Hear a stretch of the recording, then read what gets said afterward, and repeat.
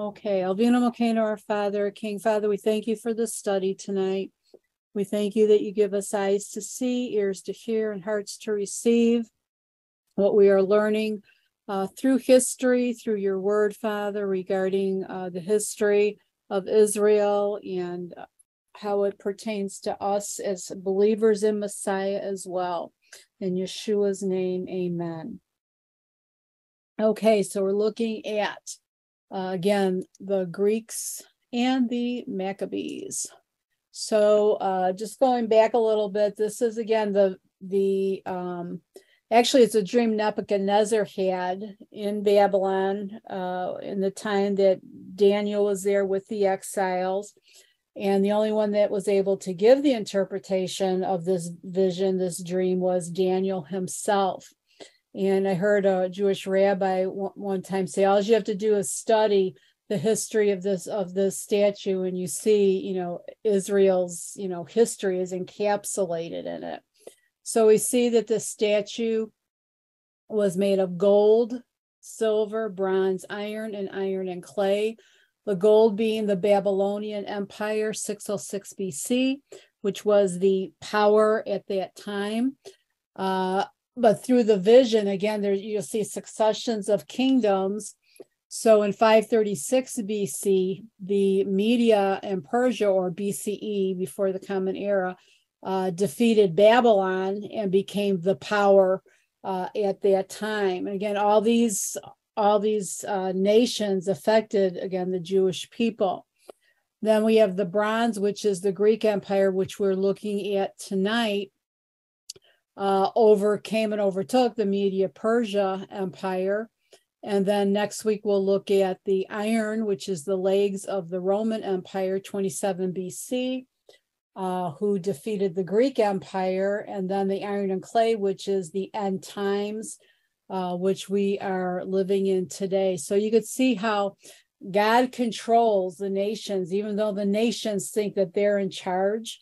Especially when it comes to Israel, God has a purpose and a plan, and he's the one who controls history.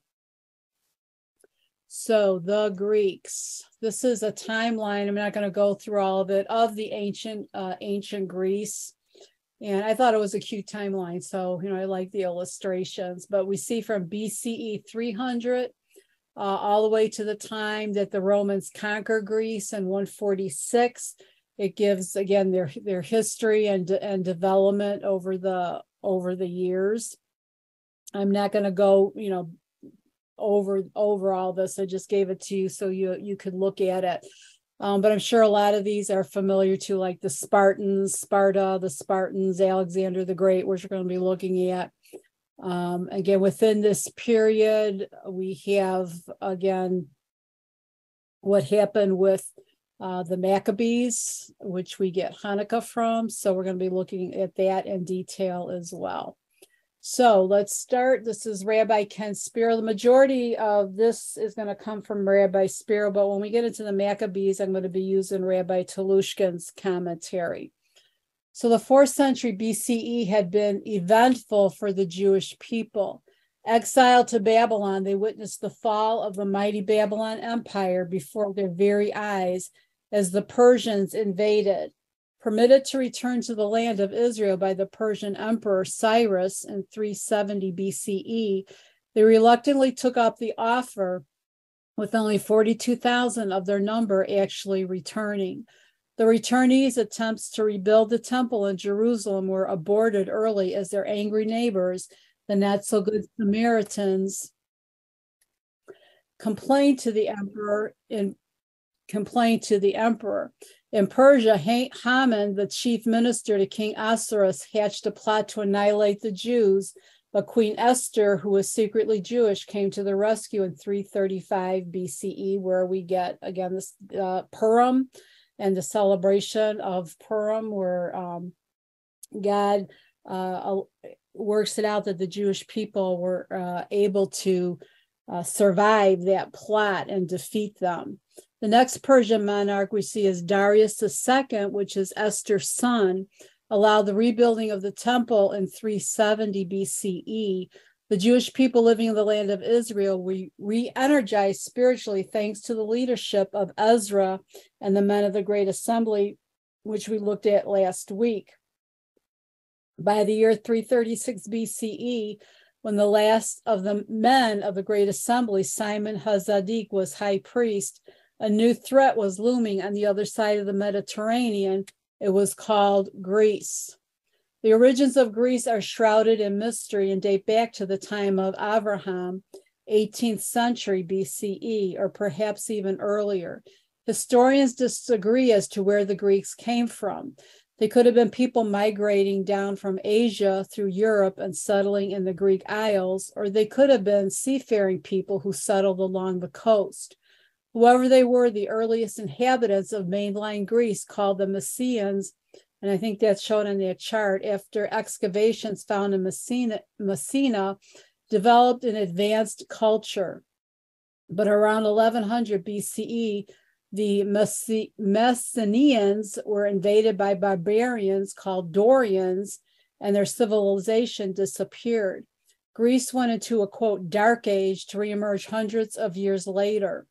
The classical Greek period began as early as the 17th century BCE, though we tend to be more familiar with its history in the 5th century BCE, when Greece consisted of a group of constantly warring city-states, the most famous being Athens and Sparta.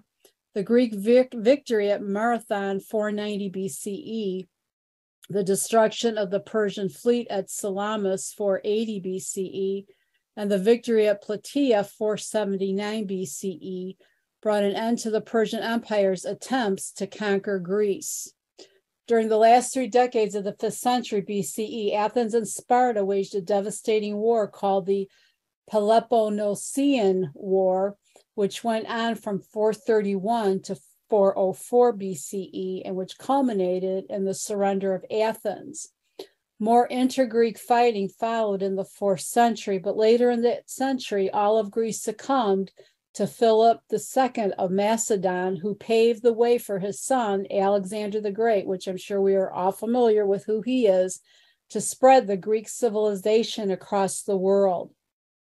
The late 5th and the 4th centuries BCE were as eventful for the Greeks as for the Jews. Despite constant warfare, this was also the golden age of classical Greek culture, the birth of democracy, the time of Aristotle, Socrates, and Plato. Today it is easy, while admiring the Greek contributions to civilizations with its politics, philosophy, art, and architecture, to forget what Greek society was really like. For example, we've heard of the, quote, Spartan lifestyle, but what did that mean in practice? Well, for starters, at the age of 7, Spartan boys were separated from their parents. They lived in military barracks where they were beaten, and they were not even given minimal food in order to encourage them to steal. To be Spartan meant to be tough. The Athenians, though not as tough as the Spartans, were not what you describe as soft either. For example, they thought nothing of killing infants, a common practice in all ancient civilizations, even the elevated ones. One of the most influential thinkers in Western intellectual history, none other than Aristotle, argued in his Politics that killing children was essential to the functioning of society. He wrote, "There must be a law that no imperfect or maimed child shall be brought up, and to avoid an excess in population, some children must be exposed, i.e. thrown on the trash heap or left out in the woods to die. For a limit must be fixed to the population of the state." Note the tone of his statement. Aristotle isn't saying, "I like killing babies," but he's making a cold, rational calculation. Overpopulation is dangerous, and this is the most expedient way to keep it in check. You know, isn't it interesting that same, again, Greek thought, it still affects society today. And we see that same thinking today regarding, again, abortion, that children are disposable. We see that in China, where people are only allowed to have 2 children, and girls are considered worthless. And if they have any more girls, then they're either left out to die because they're considered worthless, or killed, and some fortunately get adopted from people from other countries. But again, you see that total that pagan thought of the disrespect for life. In warfare, the Greeks invented the, quote, pitched battle, with thousands of foot soldiers colliding with the enemy, slaughtering and being slaughtered as they advanced. The 80 pounds of armor and weaponry carried by the average Greek hoplite or infantryman necessitated a pitched battle, since after about 30 to 45 minutes, the soldiers were all exhausted. While we tend to think today of the Greeks as cultured and noble, it is shocking to learn how brutal their civilization, like all ancient civilizations, could be.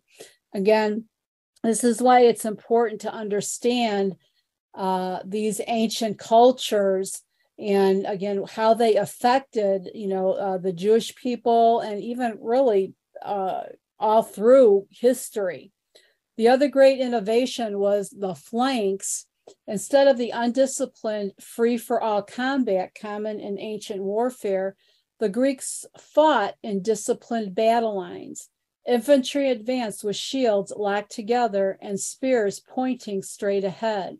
A well-disciplined phalanx created a formidable wall of shields and spears, which was used with deadly efficiency.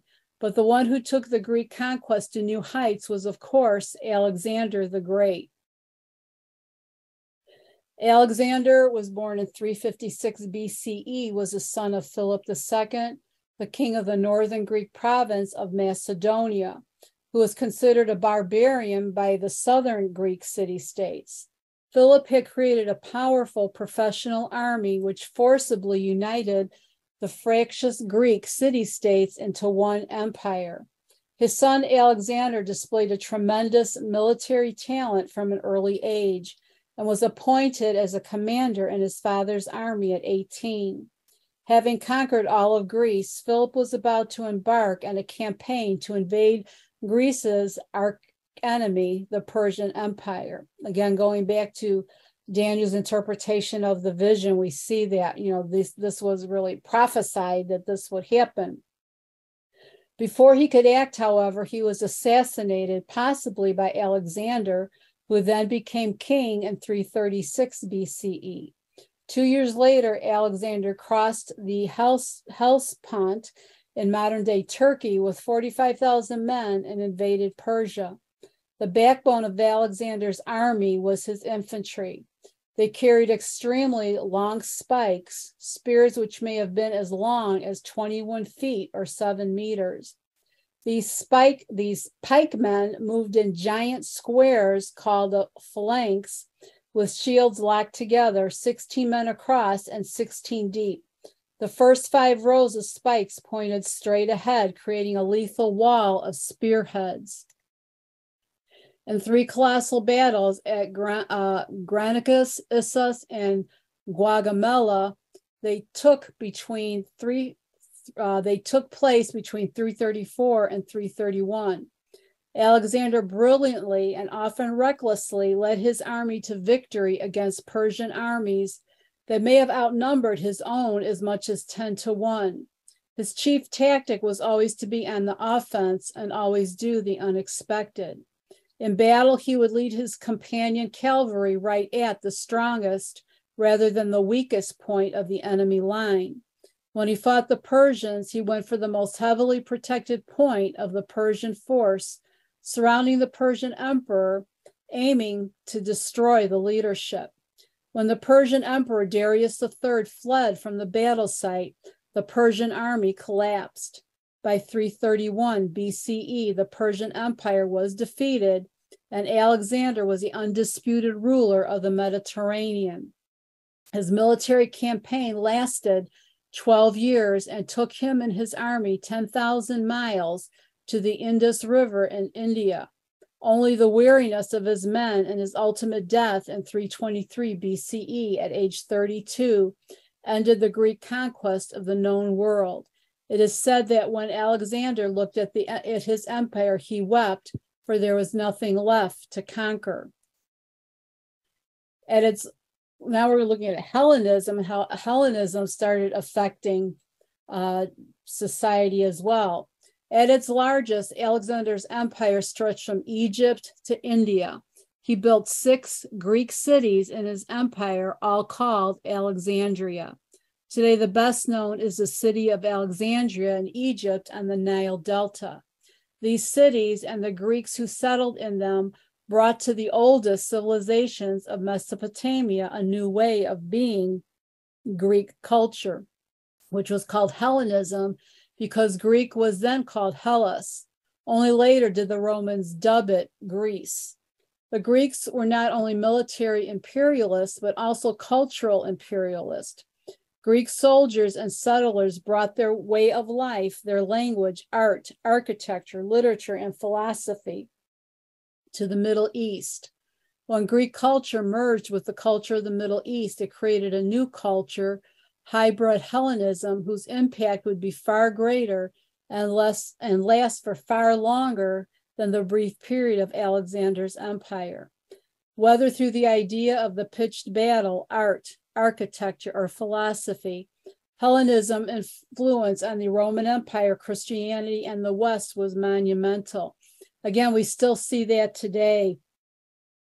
There's, even though in the way of thinking biblically, there's been art, Tim Hegg wrote an article called Our Big Fat Greek Thinking. And again, there's all different teachings on how, again, the Greek thought even invaded Christianity and the way we think. And as, again, Messianic believers, again, when we're coming out of a non-Torah observant, practice and coming into a Torah observant practice, we need to learn to think Hebraically. But you could see the influence that Greece has had and still has. That Greek thought is still very strong in the schools, in the colleges, in art, in all, philosophy, mostly Greek based. The Greeks showcased all human talents: literature, drama, poetry, music, architecture, sculpture, etc. They glorified the beauty of the human body, displaying athletic prowess in their Olympics. And they were the ones who created the Olympics, which are still celebrated today. And I may say most of their opening ceremonies are very pagan in culture, and they get more pagan every year to where I don't even watch them anymore. Nothing regarding the human body was considered embarrassing, in need of hiding, or private. Athletic competitions performed in the nude were the norm in Greece. Our modern word gymnasium is derived from the Greek word gumnos, which means naked. Public toilets often consisted of a bench on a main street with holes in it. People sat there and did their business as others walked by. Even Greek gods were described in human terms and were often bested by human beings in Greek mythology. With time, it became the style of intellectual Greeks to denigrate their gods and to speak of them with biting cynicism and disrespect. In short, the Greeks introduced into human consciousness an idea which is going to come into play as one of the most powerful intellectual forces in modern history: humanism. The human being is the center of all things, and humanism is a very anti-God teaching. And it's still taught, again, in higher areas of living in colleges. The human being is the center of all things. The human mind and its ability to understand and observe and comprehend things rationally is the be-all and end-all. That's an idea which comes from the Greeks. Above all, the Greeks thought that this was enlightenment, the highest level of civilization. They had a strong sense of destiny and believed that their culture was ordained to become the universal culture of humanity. Of course, the Jews had a different vision. The Jews believed that a world united in belief in one God and ascribing to one absolute standard of moral values, including respect for life, peace, justice, and social responsibility for the weak and poor, was the ultimate future of the human race.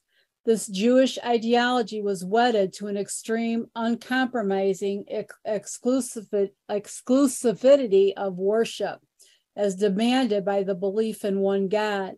and a complete intolerance of polytheistic religions, beliefs, or practices.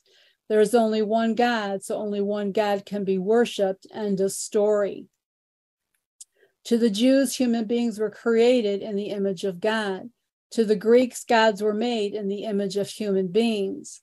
To the Jews, the physical world was something to be perfected and elevated spiritually. To the Greeks, the physical world was perfect. In short, to Greeks, what was beautiful was holy. To the Jews, what was holy was beautiful. Such disparate views were bound to clash. And again, we see that in society today as well as, our Judaic Christian belief is founded on the Torah and God's revealing to man who he is and how he is to live through the Jewish people. And those cultures, more and more, the closer we get to Messiah's return, are clashing. During his military campaign against Persia, Alexander, now this is called the Greek versus the Jews, and going back a little bit, Alexander took a detour to the south, conquering Tyre in today's Lebanon, and then Egypt via what is today Israel. Alexander was planning to destroy the temple, egged on by the Samaritans who hated the Jews, but he didn't. There is a fascinating story about Alexander's first encounter with the Jews of Israel, who were, until his time, the subjects of the Persian Empire. The narrative concerning Alexander's first interaction with the Jews is recorded in both the Talmud and by the ancient historian Josephus. In both accounts, the high priest of the temple in the Talmudic narrative is identified as Simon HaZadik, the last surviving member of the men of the Great Assembly. Fearing that Alexander would destroy the city of Jerusalem, goes out to meet him before he arrives at the city gates. The narratives then describe how Alexander, upon seeing the high priest, dismounted and bowed to him. Alexander rarely, if ever, bowed to anyone. During his military campaign against Persia, that's a duplicate there. Let me go down. In Josephus' account, when asked by his general Parmenio to explain his actions, he answered, "I did not bow before him, but before that God who has honored him with the high priesthood. For I saw this very man in a dream, in this very apparel. He exhorted me to make no delay, but boldly to pass over the sea there, for that he would conduct my army and would give me the dominion over the Persians." So again, here you see even God directing leadership of, again, the pagan army, so that they, got the Jews in the temple were protected from him coming and destroying it. Because of this dream, Alexander spared Jerusalem and did not destroy the temple as he had planned. And he listened when Simon HaZadik told him that the Jews were not enemies of the Greeks, while the Samaritans were. The Talmud relates the interaction between Alexander and the Jewish delegation. They, the Jews led by Simon HaZadik, asked, "Is it possible that these idol worshippers should fool you into destroying the house of God, where prayers are offered for you and your kingdom, that it should never be destroyed?" Alexander said to him, "What idol worshippers do you mean?" They replied, "We are referring to the Samaritans who are standing before you now." Said Alexander, "I am handing them over to you to do with them as you please." As a result, the Jews were given free rein to subdue the Samaritans, which they promptly set out to do, and Israel and Jerusalem were peacefully absorbed into the Greek Empire. As tribute to his benign conquest, the rabbis decreed that the Jewish firstborn of that time be named Alexander, which is a Jewish name until today. And the date of the meeting, the 25th of Tevet, was declared a minor holiday.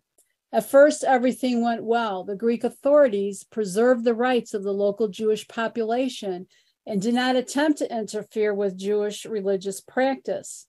The Jews continued to flourish as a separate and distinct entity for 165 years, a rare phenomena in the Hellenistic world, because the vast majority of the peoples conquered by Alexander the Great, had willingly allowed themselves to be Hellenized.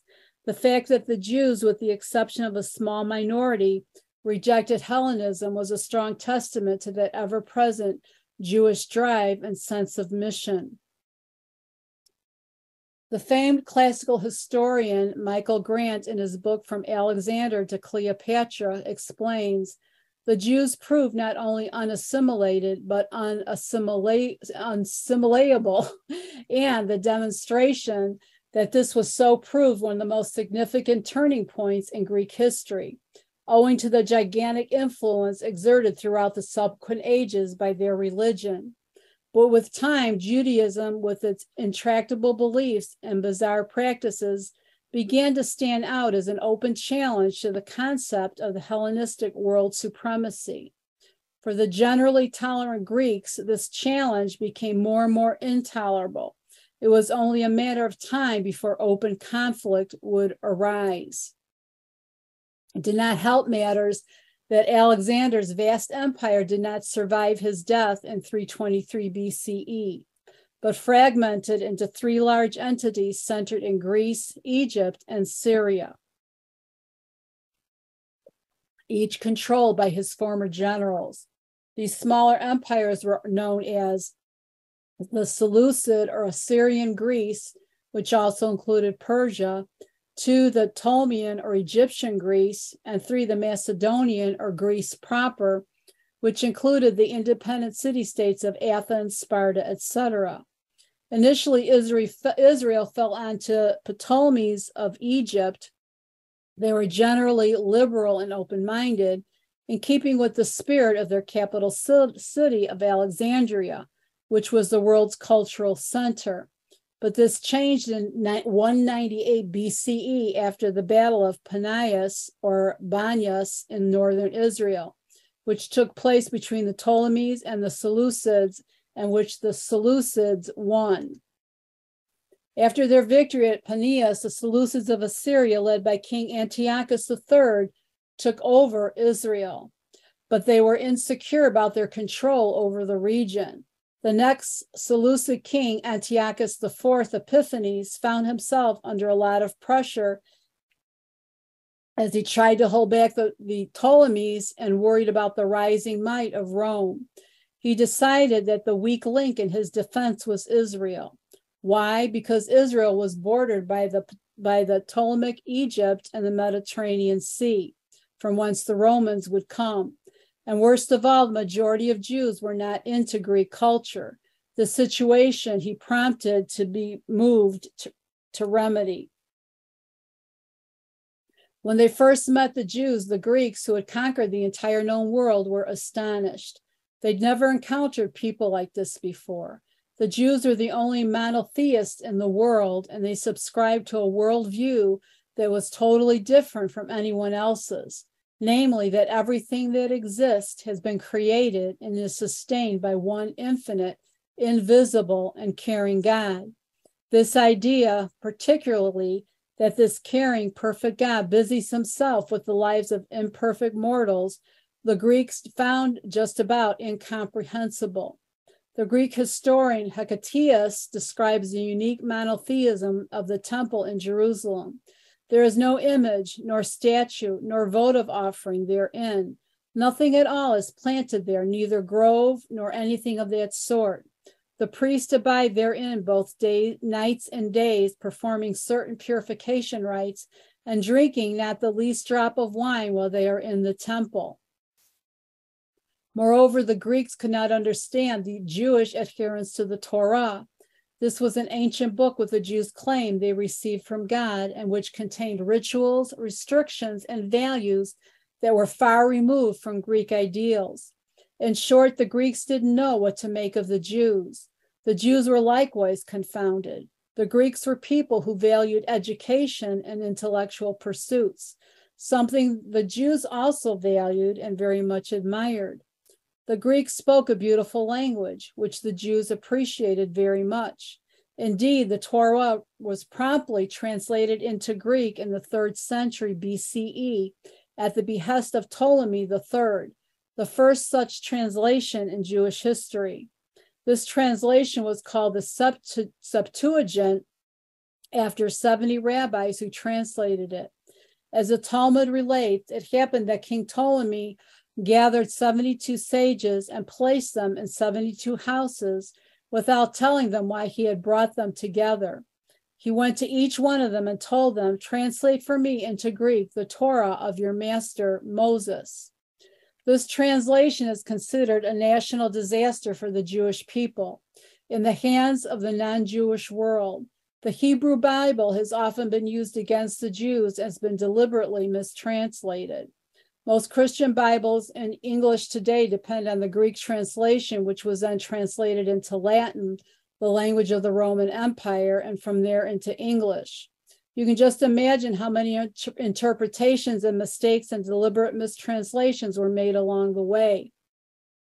Again, that's why it's important to, again, know the original language as much as you can. And as you're studying the word, have a, fortunately, we have more accurate translations, but in some translating, there is also kind of prejudice during the translations as well.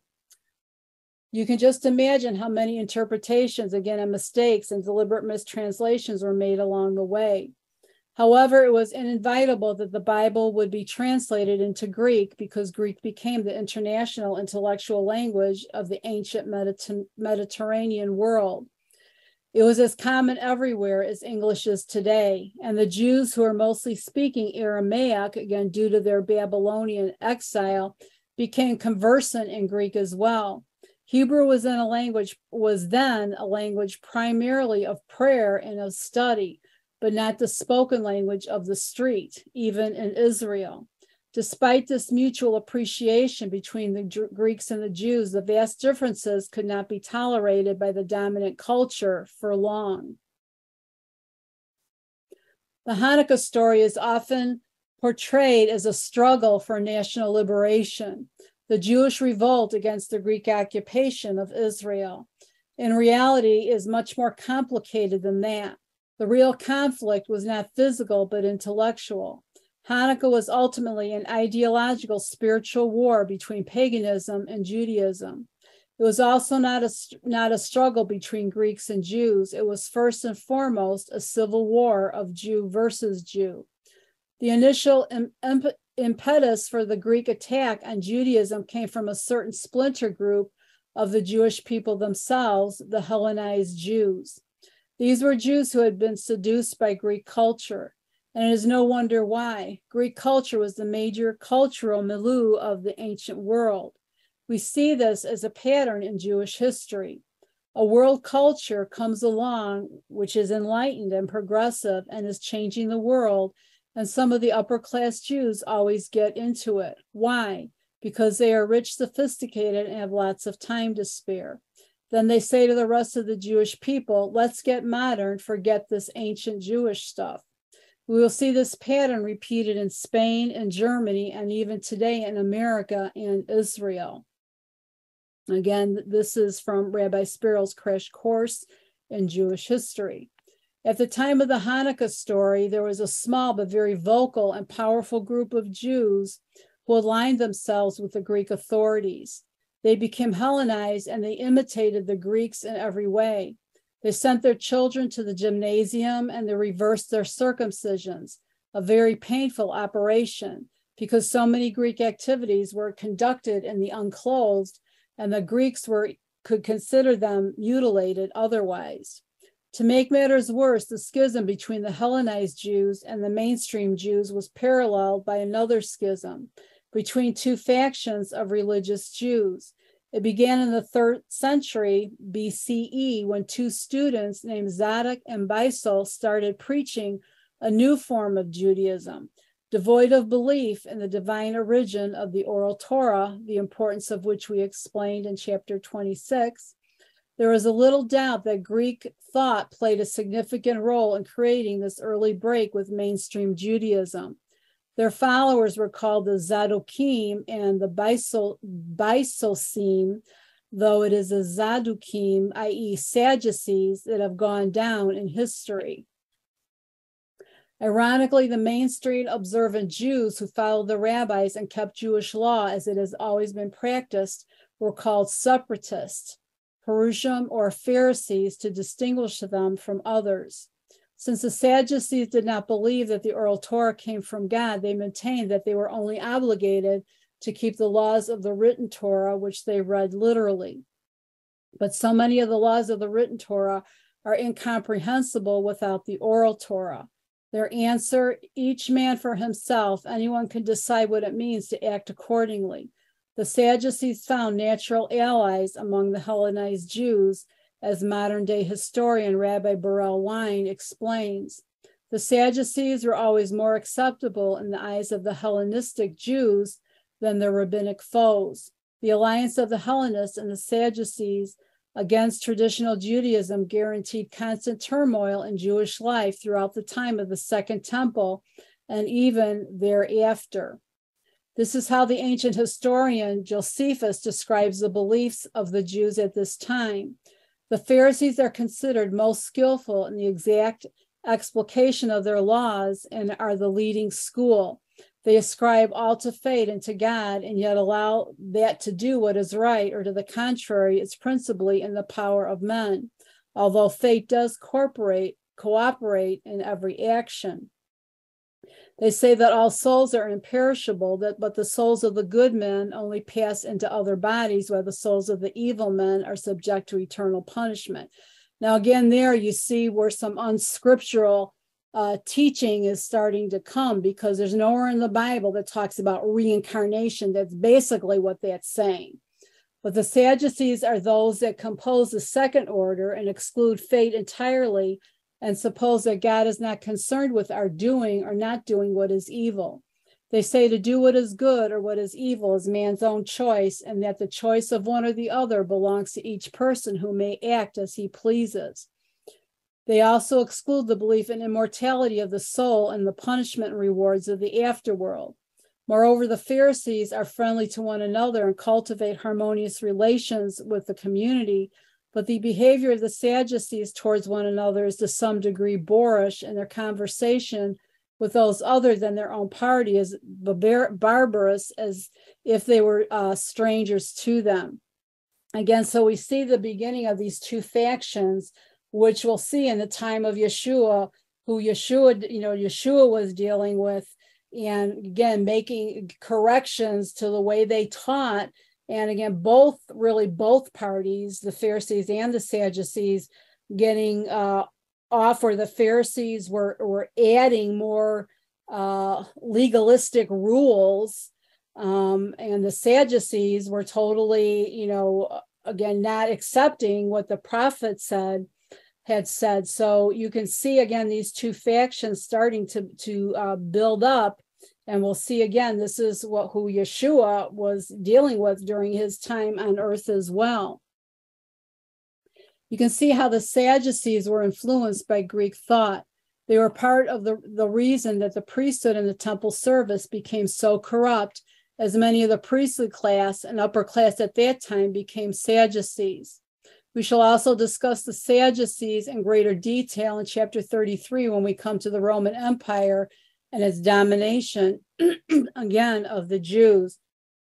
So you can see how culture can influence, pure religious belief. I mean, we see that today, even in Christianity, in some Christian circles, so to speak, taking on ways that are totally contrary to the word, and that's why it's so important to study the word, know the cultures behind what was going on behind the scenes, and how certain, groups came to be. And, when you get off the word in any shape or form, you are going to get into error. Meanwhile, the Greeks under Antiochus IV Epiphanes, now here we see forced Hellenism coming into place. And this is going to go into, again, looking at the Maccabees themselves. We're taking deliberate steps to Hellenize the mainstream Jews by attempting to destroy Judaism. The book of Maccabees calls this period between 140 BCE and 138 BCE a reign of terror, and describes its beginnings. Not long after this, the king sent an Athenian senator to compel the Jews to forsake the laws of their fathers and to cease to live by the laws of God, and also to pollute the temple in Jerusalem and call it the shrine of the Olympian Zeus. And we see Daniel make mention of this about changing the times and the seasons. One of the first actions undertaken by Antiochus was to take control of the temple by undermining the office of the high priest. He removed the high priest from his position and replaced him with a Jew he had in his back pocket. From this point on, the high priesthood became, to a large extent, a corrupt institution. In fact, all the basic institutions were corrupted: the monarchy, the priesthood, and even the temple service. Only Sanhedrin, the Jewish Supreme Court, and its rabbis, who eventually wrote down the Talmud, remained relatively intact. And you see, that's why during the time of Yeshua, again, the priesthood was very corrupted, that was in control at that time. After he installed his own high priest, Antiochus tried to destroy the Jewish calendar. Why was this so important? By this time, Antiochus understood the Jews very well. To him, these people were time obsessed, and they were always trying to make them time holy. Destroy time, and you destroy the Jews' ability to practice Judaism. Therefore, Antiochus forbade the observance of Shabbat, the observance of the new moon, Rosh Chodesh, and the observance of the holidays, Pesach, Shavuot, Rosh Hashanah, Yom Kippur, and Sukkot. And you see down the road as well, this is what Constantine, the quote, supposedly converted emperor of Rome, did as well. Next, Antiochus forbade keeping kosher and studying Torah. Torah scrolls were publicly burned, and swine were sacrificed over sacred Jewish books to defile them. Knowing that this animal was particularly repugnant to the Jews, Antiochus even forced the high priest to institute swine sacrifices in the temple in Jerusalem, and also to permit worship there of a whole array of Greek gods. Again, we see in the book of Daniel, Daniel was shown that this was going to happen. Lastly, Antiochus forbade circumcision. To the Jews, this was the physical, tangible sign of their covenant with God. And it was the one thing the Greeks, who worshiped the perfection of the human body, found most abhorrent. To them, circumcision was mutilation. Jews resisted, so Antiochus and his henchmen went about driving the point home in a crude and cruel fashion. Rabbi Beryl Wein relates this graphically in his book, Echoes of Glory. Women who allowed their sons to be circumcised were killed with their sons tied around their necks. The scholars of Israel were hounded, hunted down, and killed. Jews who refused to eat pork or sacrifice hogs were tortured to death. Even the smallest hamlet in Judah was not safe from the oppression of the Hellenists. The altars of Zeus and other pagan deities were erected in every village, and the Jews of every area were forced to participate in the sacrificial services.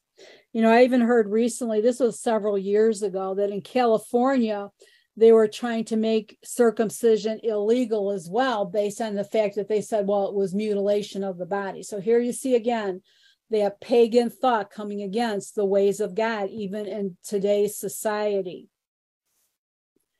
In the early stages of the conflict, many Jews chose the path of passive resistance by ignoring the Greek restrictions and continuing to learn Torah and circumcise their infant sons.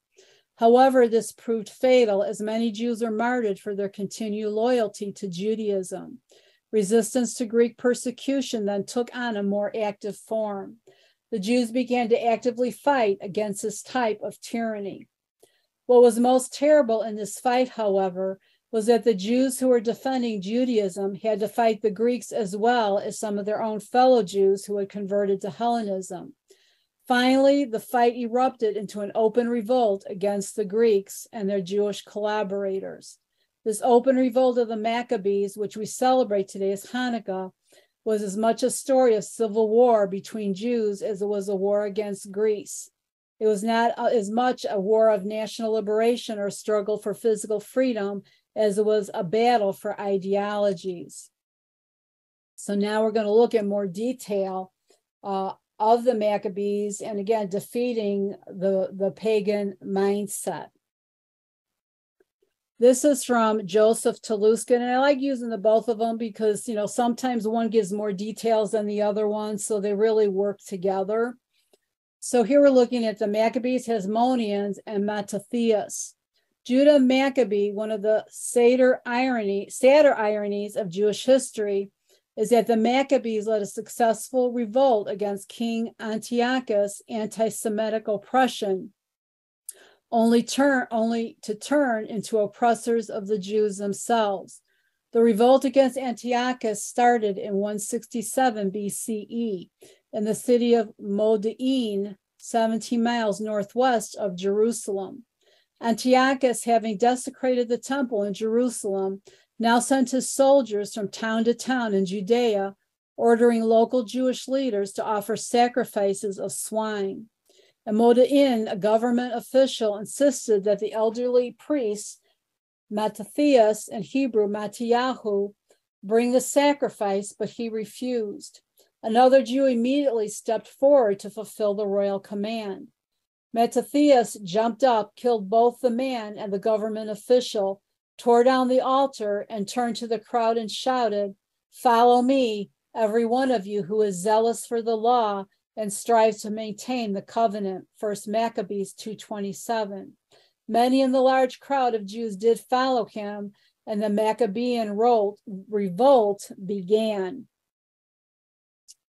Aided by his 5 sons, Mattathias undertook a guerrilla war against Assyrian troops. Within his own community, he also had to combat some strange ideas. According to 1 Maccabees 2:32-38, in the early stages of the revolt, a large group of pious Jewish soldiers refused to defend themselves on the Sabbath. They believed that fighting, even self-defense, desecrated the holy day. The fighters quickly were annihilated by Antiochus's troops. Mattathias rejected the martyr's reasoning and ruled with admirable common sense. "If we all do as our brothers have done, then the Syrians will soon wipe us off the face of the earth." On that day, Maccabees records the Jewish revolutionaries decided that if anyone came to fight against them on the Sabbath, they would fight back rather than all die as their brothers had done. 1 Maccabees 2:40-41. Although Mattathias' decision is often cited as a precedent for permitting Jewish soldiers to fight on the Sabbath, I've always found the passivity of the Jewish martyrs inexplicable. As my father put it, more than 800 years earlier, King David had fought many wars. If his opponents knew that he and his troops wouldn't fight on the Sabbath, wouldn't they have always attacked them then? Within a year of launching the revolt, Mattathias died after leaving instructions that his 3rd son, Judah, should assume the military command. Judah's fighting style was so aggressive that he was nicknamed Maccabeus, or the Hammer. And most of you who are familiar with the Hanukkah story are familiar with, quote, the Hammer. The time was fitting. He hammered away continuously at every Syrian outpost, and 2 years later, the Syrians sued for peace. The Jews were ceded control of Jerusalem, and in return, the Syrians were allowed to maintain a stronghold in Acre, opposite the city's walls. Upon entering Jerusalem, Judah and his troops found the temple in ruins. They rent their clothes, and after observing several days of mourning, began to repair and rebuild. In December 164 BCE, the 25th of Kislev, according to the Jewish calendar, 3 years to the day since the Syrians had began sacrificing pigs at the temple, the Jewish rebels rededicated their holiest building. During the next 8 days, crowds of Jews swarmed to the temple to celebrate in lieu of Sukkot holiday, which the Jews had been unable to observe that year, and to bring sacrifices in God's honor. The holiday of Hanukkah commemorates these 8 days during which the temple was rededicated. Distraught by the Maccabean victory, some of the local Jewish Hellenizers joined forces with Syrian soldiers and continued to harass Judah. In 160, the Syrians returned en masse, killed Judah, and defeated the Jews. 2 years later, Judah's brother Jonathan emerged from a desert hiding place and initiated another rebellion. He succeeded in winning a measure of Jewish autonomy, but after a few years, the Syrians returned again and murdered him. His brother Simon now took over the battle. In 142, the Maccabees finally achieved an enduring victory, and the Jews reckoned sovereignty from this year. And the people of Israel began to write in their agreements and contracts. In the first year of Simon, the great high priest, general, and the leader of the Jews, 1 Maccabees 13:42. Unfortunately, the Maccabees were more noble in opposition than in power. They had grown so accustomed to fighting that they seemed incapable of working with anyone who disagreed with them about anything. Simon's grandson, King Alexander Yani, executed 800 of his Pharisee opponents after first forcing them to witness the murders of their wives and children. While the slaughter was going on, Yane was present, hosting a Greek-style drinking party. For the Jews, the episode was doubly tragic. It was as if the descendants of the Marranos had later become the leaders of the Spanish Inquisition. The Maccabees' terrible moral and religious decline explains why there is almost no mention of them in the Talmud. Today, in fact, when Jews think of the miracle of Hanukkah, they are less apt to think of the Maccabeans' rebellion than of the small cruse of oil that burned for 8 days when the temple was rededicated. The term Hasmoneans is used interchangeably in Jewish sources for Maccabees. It is a term by which Josephus called the Maccabees, but it is nowhere found in the book of Maccabees itself. In 63 BCE, during a civil war that erupted between two Hasmonean brothers, the Romans came to educate and ended up occupying Jerusalem. The tragedy was now complete. The original Maccabees had freed the Jews from foreign rule. Their corrupt descendants now returned the Jews to subjugation under an alien and pagan power. The Maccabees had themselves become the kind of Jews that their great-grandfather Mattathias had once killed as traitors. Their fate inspires one to a paraphrase of David's lament over Saul and Jonathan. How the descendants of the mighty have fallen, 2 Samuel 1:25. This is a story about Hannah and her 7 sons, and I just thought it was an interesting story, and they said a sad story. Perhaps the saddest of all Jewish stories is the one about Hannah, whose 7 sons sacrificed their lives rather than bow to an idol.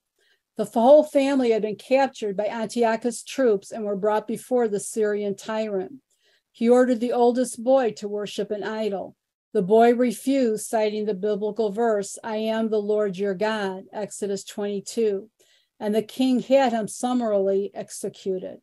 The second son followed in his brother's path, and his refusal to worship the idol was supported by yet another scriptural verse, "You shall have no other gods besides me," Exodus 23. The third, fourth, fifth, and sixth sons acted the same way. Each in turn was killed. Finally, Antiochus came to the 7th son, a young boy. "Worship the idol," the emperor commanded. The boy refused, either from pity for the child because of his youth, or more probably to show his subjects that he could compel obedience. Antiochus whispered a compromise to the child. He would drop his ring on the floor. All the boy had to do was to pick it up, to live was to pick it up and bring it to him. Antiochus told the boy that the witnesses present would assume that he had bowed down to the king, but in actuality, the boy would have performed no act of idolatry. He refused. "Woe to you," he told Antiochus. "If you are so worried about your honor, how much more must I worry about the honor of God?" Antiochus ordered that the child be killed.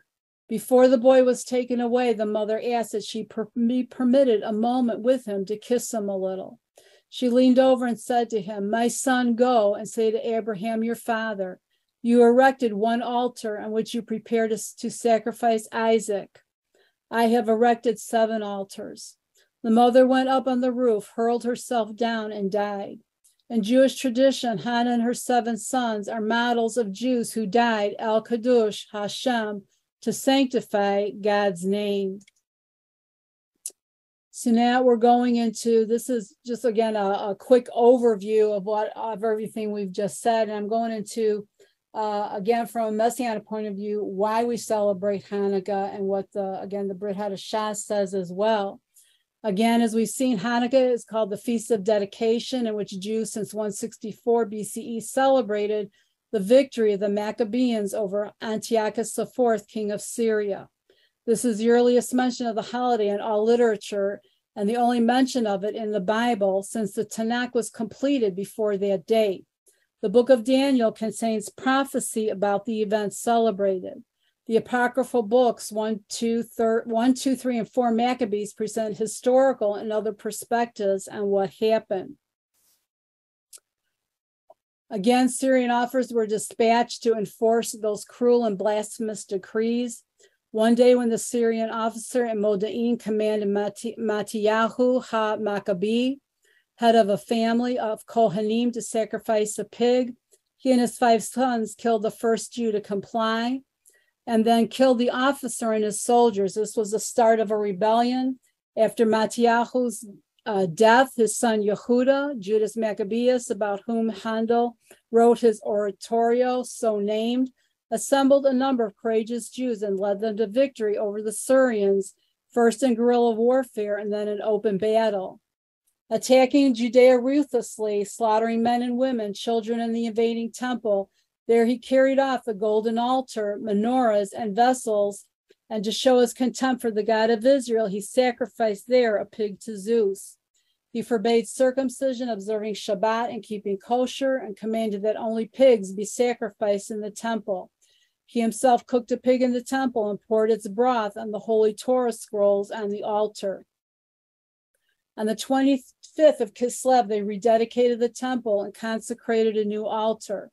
The Ner Tamid, or the eternal light, was relit, but there was only enough consecrated oil to keep it burning from one day, and would take a week to prepare more. By a miracle of God reported in the book of 2 Maccabees, the light burned for 8 days, by which time a new supply had been prepared. For this reason, Jews celebrate Hanukkah for 8 days, starting on Kislev 25, which can fall between November 27th and December 27th. So we see in the Brit Hadashah New Testament, Hanukkah is mentioned in the New Testament, John 10:22. Then came Hanukkah, it was winter in Jerusalem. Yeshua was walking in the temple around Solomon's colonnade. Then the Judean leaders surrounded him, saying, "How long will you hold us in suspense? If you are the Messiah, tell us outright." Yeshua answered them, "I told you, but you don't believe. The works I do in my Father's name testify concerning me, but you don't believe because you are not my sheep. My sheep hear my voice. I know them, and they follow me." So here again, we see Hanukkah mentioned in the New Testament. Yeshua also refers to, I believe it's in Matthew 24, about what happened during Hanukkah, again, what happened again, because he refers back to it. Many believe that our Messiah, the light of the world, was conceived on the festival of lights, Hanukkah. The Bible does not specifically say the date of Yeshua's birth. It was not during the winter months because the sheep were in the pasture. A study of the time of the conception of John the Baptist revealed that he was conceived about Sivan 30, the 11th week, Luke 1, 8-13 and 24. Adding 40 weeks for a normal pregnancy reveals that John the Baptist was born on or about Passover, Nisan 14. 6 months after John's conception, Mary conceived Yeshua, Luke 1, 26-33. Therefore, Yeshua would have been conceived 6 months after Sivan 30 in the month of Kislev, Hanukkah. Was the, quote, light of the world conceived on the festival of lights. Starting at Hanukkah, which begins on Kislev 25 and continues for 8 days, and counting through the 9 months of Mary's pregnancy, one arrives at the approximate time of Yeshua's birth at the Festival of Tabernacles. And again, John 1 gives an allusion towards that. Yeshua spoke, I'm just drinking some tea.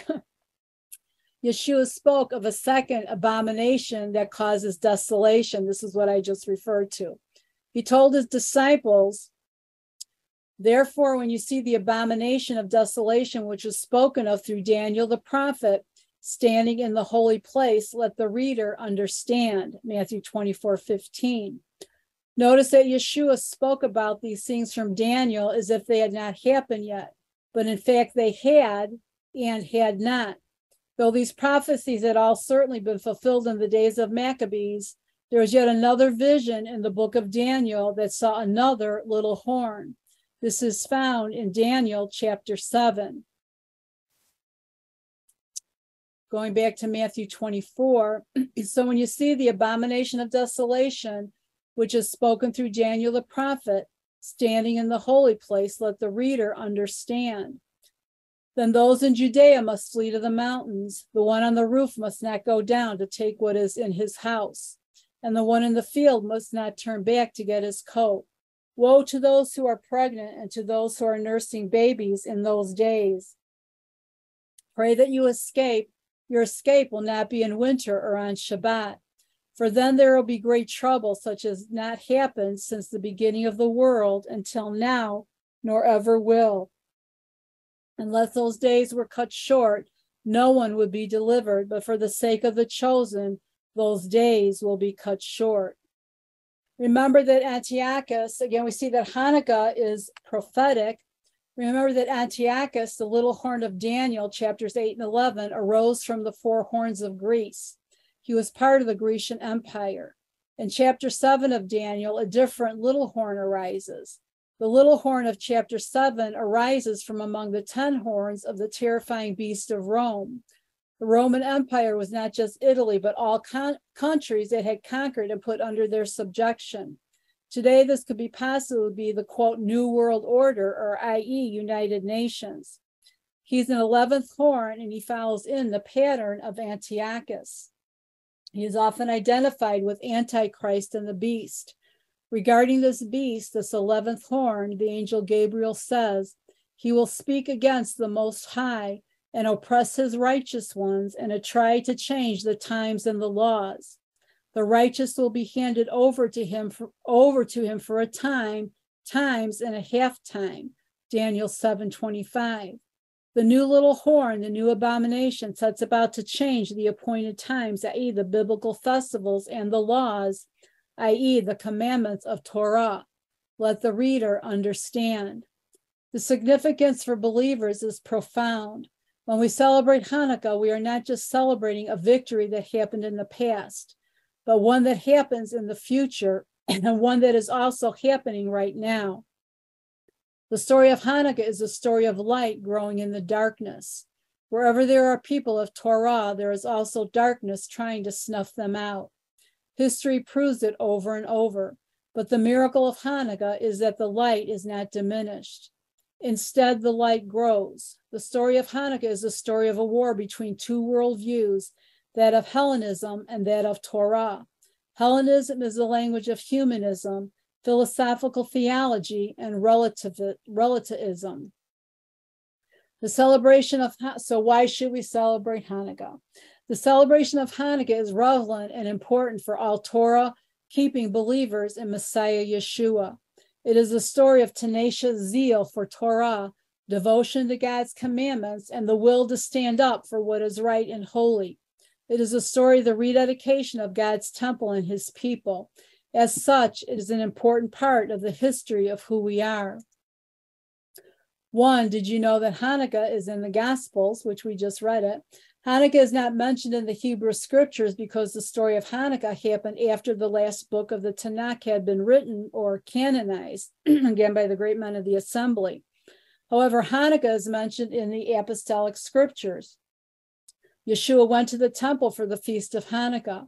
If Hanukkah matters to Yeshua, shouldn't it matter to us? 2, did you know that Hanukkah is a story of religious persecution? Hanukkah is a story of religious persecution, standing up for faith in God. Yeshua tells us that we can expect persecution, but he also tells us that we must stand firm in our faith. If that's what the story of Hanukkah is about, shouldn't it matter to us? To repeat, the celebration of Hanukkah is relevant and important for all Torah-keeping believers of Messiah Yeshua. It's a story of tenacious zeal for Torah, devotion to God's commandments, and the will to stand up for what is right and holy. It is a story of the rededication of God's temple and his people. As such, it is an important part of the history of who we are. Hallelujah. So again, you see, again, through history, and again, especially, I mean, Judaism has always been, so outside the natural things that the pagans did. That's why all of Torah was based upon, this is how you are to live, which is just the opposite of what the pagans are living. Their worship of other gods and their perverted sacrifices, their perverted lifestyle. We see that again as we go through history, Babylon, Persia, Greece, and then next week when we start looking at Rome, that it's again, when you are living in a country that is pagan based, and you are again living with belief in the one God and one truth and one Torah, one word, those outside are going to seek to try to destroy your belief. I mean, we see this happening now today. We see that same pattern happening in this country and all around the world, but especially in this country. Again, that was originally founded on biblical principles. We see how it's farther and farther getting away. And again, I've been gathering material and information for our Bible prophecy study. But you see how, again, we see that pattern coming again in this country. People are taking hold of, again, paganism, Greek, thinking that, anything is okay. You can do what you want. It doesn't matter, if you're a girl and you think you're a boy, or you're a boy and you think you're a girl, and homosexual marriages, everything that is contrary to the word. Again, that is what paganism is based on. If you say, as we study, again, as you study these cultures that are truly pagan, it's like nothing was beyond the limits. It's like anything went. And we see again that same mentality trying to, seep in what has seeped into this country. In fact, if you attend our class on Monday nights, we're starting to look through the book by Jonathan Cahn, The Return of the Gods, which is referring to the return of paganism worship and these demonic spirits who are really the gods that these pagans were worshiping are starting to manifest themselves again in these end times. So we're going to be looking at that more and more. So, well, let's just end for tonight. Alvina Mokeno, our Father, King Father, we thank you that we have that same zeal for your word, Father, that we will not compromise, Father, that we will rededicate our lives, our temple, Father, that it would be pure and holy, that your light would shine, Father, and that we would not assimilate into the ways of the world, Father, but that we would stay true and loyal and faithful to you. In Yeshua's name, amen. Hallelujah.